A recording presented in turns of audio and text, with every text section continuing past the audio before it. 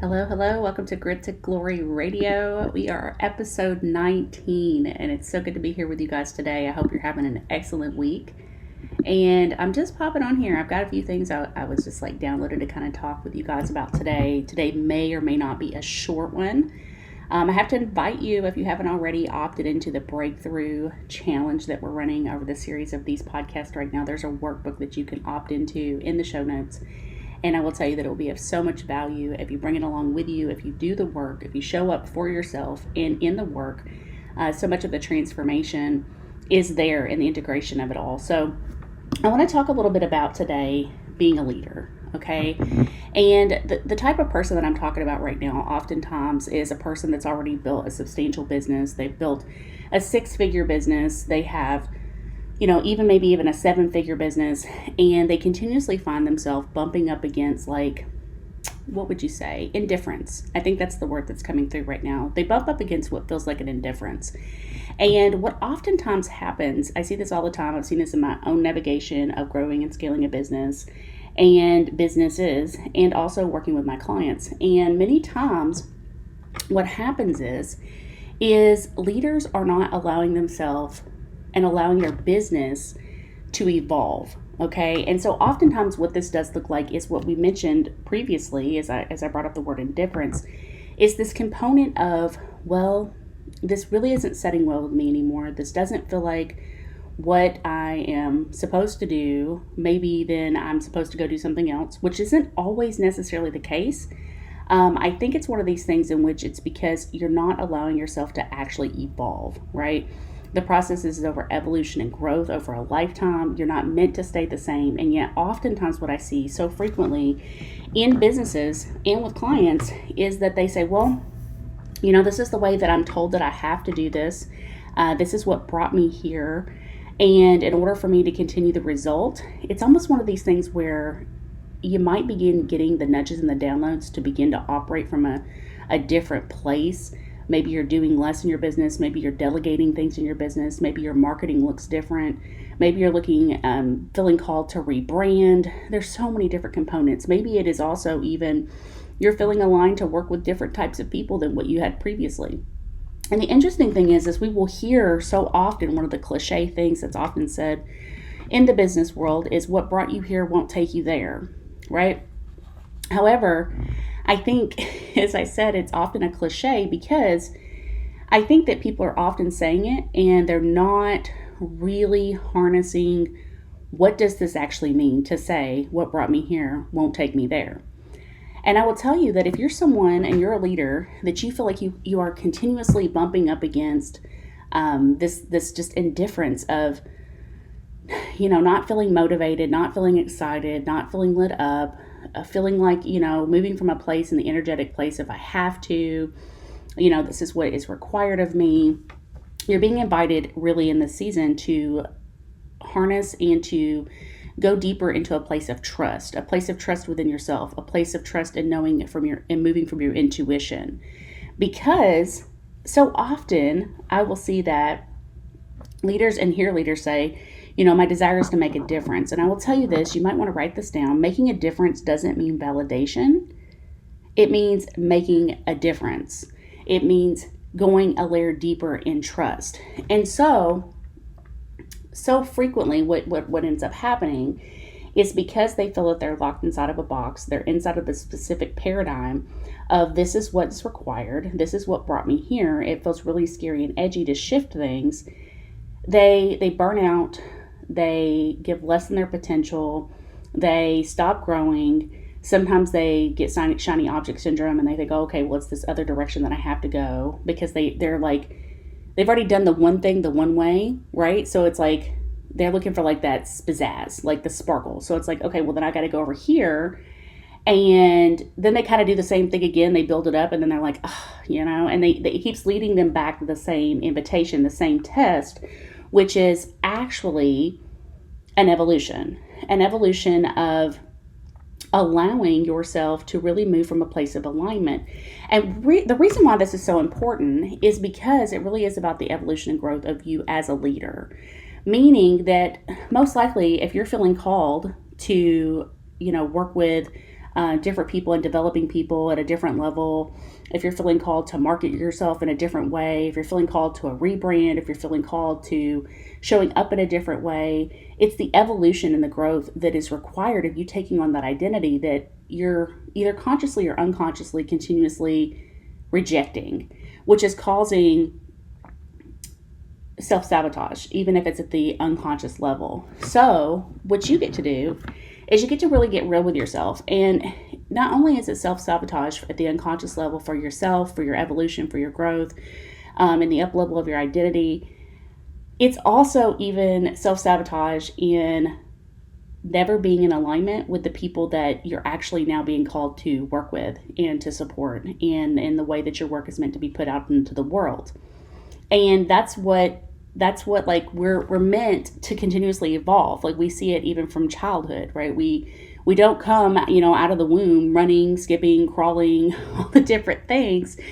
First we're like little slugs on the floor, trying to like scoot across the floor, and we kind of roll over a little bit, and then we start to rock back and forth, and then eventually, before you know it, yes, we're on our feet, we're a little bit wobbly, and then before you know it, we're walking a little bit, and then we're running, and then we're climbing, and then all the things. It's the same thing in your business. It's the same thing as a leader. So your invitation is to really assess in this season, okay, so where am I not allowing myself to actually evolve and grow due to the fact that somewhere I'm believing this limiting belief that it just can't be done that way, or I might upset someone, or, oftentimes beneath it, there is like a root cause, if you will. And if you allow yourself to kind of take that, like an onion, and begin to, layer it back as you would an onion has many different layers, you're going to get to the core of whatever this is and keeping you where you're at. And of course you're going to feel indifferent. Of course you're not going to feel as sparked. Of course you're going to feel all these different things, because you're actually being initiated. It's an invitation for initiation into whatever the next thing is for you. However, we're always just like whacking ourselves on the head and being like, oh no, you can't do that. You're not allowed to do that. And it might be a voice for within yourself because you don't have that self-trust within yourself. It could be, because of a leader, somebody that you respected spoke that over you. It could be, subconsciously a parent. It could be, all kinds of different things in regards to like, well, no, we got to play it safe, and, so on and so forth. But I will tell you this, as a leader, one of the most dangerous places you can be is continuously being invited to the initiation of this next level and continuously rejecting it, continuously shoving it down, continuously ignoring what it is that's trying to be transmitted for you to step into. And partly so because, yes, it's hindering you growing outside, even beyond what your comfort zone is now, right? Stretching. It's hindering you in that and your potential and what you're put on earth to do. And also it's hindering, so often we won't make these decisions because we'll think, oh gosh, but that's not the way that it always was. And the people that I work with, my clients, so on and so forth, they might be really upset with me. I won't please everybody. However, as I said, you're in a really dangerous place whenever you really kind of put these walls around yourself, because you're also hindering their growth. And that's the whole thing about being a leader is, you're not always going to make everybody happy. Obviously, there's leadership from a heartfelt place. There's leadership from a place in which that within your identity that you have the best intentions for others. And there may be, people that are following and so on and so forth from a place of reasons, seasons, and lifetime people, which that's another podcast altogether. However, whenever you're opting in and allowing yourself to lead yourself in that way in which you say, what, I'm going to evolve. I'm going to allow this business to evolve. I'm going to permission myself. Validation is for parking. This is what feels like the next line step. Communicate, well within the organization, within the people that you are leading, and allowing yourself to really go ahead and be initiated into the next level. You're also modeling for the organization and for the people that are connected to you in your permissioning, even if it doesn't quite, it could be even activating or triggering to them in some ways, because it's like, oh my goodness, this isn't the way it's always been. However, I will tell you from experience, those things have a way in which they work themselves out. And in hindsight, most likely what's going to happen is they're going to come back and say, oh my gosh, thank you so much for leading yourself in that way. And they might even be very honest with you and say, initially this was very uncomfortable for me. I didn't really know what to think about it, so on and so forth. And now I'm so glad you did, because it really allowed me, without me even realizing it, it helped unlock my next level in leadership. And so I want to invite you to do that today. If it's something where that this resonates, where it hits at all, where you've thought to yourself, like, gosh, it does feel a little bit blasé, business and, what I've done and what used to really, ignite my heart. And, I've really been thinking about and finding myself kind of like straying in my mind a little bit about like, what if it could be this way? Or what would it look like if I added in this support? Or what would it look like if I rebraided in this way? Or what if it happened, what would unfold for me? And I've been playing with all these possibilities and potentialities, and I've continuously just shut myself down. I've shut down the flow. I've shut it down, and I've just said, you know what? No, I must endure. I have to just like put my head down, sweat on my brow. What brought me here, is what brought me here.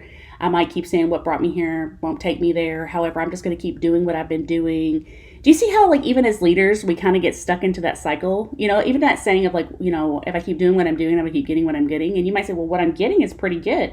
But the question is also, are you feeling fulfilled? Ultimately, what are your values? What is your value system in terms of like really identifying like what is your values? So often, I've worked with clients before, and they might initially thought, because it was what's taught through society, and this isn't to make this bad or wrong either.